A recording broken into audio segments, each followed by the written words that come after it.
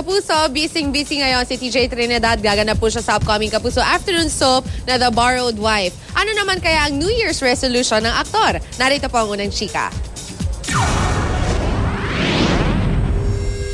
Isa si TJ Trinidad sa mga Kapuso actor na hindi nababakante dahil hindi pa man opisyal na nagtatapos ang primetime soap na Genesis ay magiging abala na agad ang aktor sa upcoming afternoon serye ng GMA, ang The Borrowed Wife.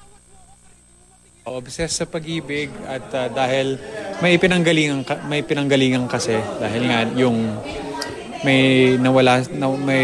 meron siyang parang masamang experience. Kaya medyo may baggage pa siya. Kaya meron siyang masamang experience at tamang-tama dumating sa buhay niya yung character ni Camille. Gaya ng role niya sa Genesis, madalas third party o obsessed sa pag-ibig ang ginagampanan ni TJ sa mga drama series. Hindi kaya siya natatakot ma-typecast sa ganitong klase ng character? Yeah, okay naman. Of course, syempre, you have to try to do something new. So, dun pumapasok yung challenge. Kasi nga, syempre, pag nagawa mo, and immediately after, may ganun din. So, parang, there is a tendency to just repeat eh. So kailangan talaga paghandaan at gawan ng paraan para maiba yung pag-portray ng character.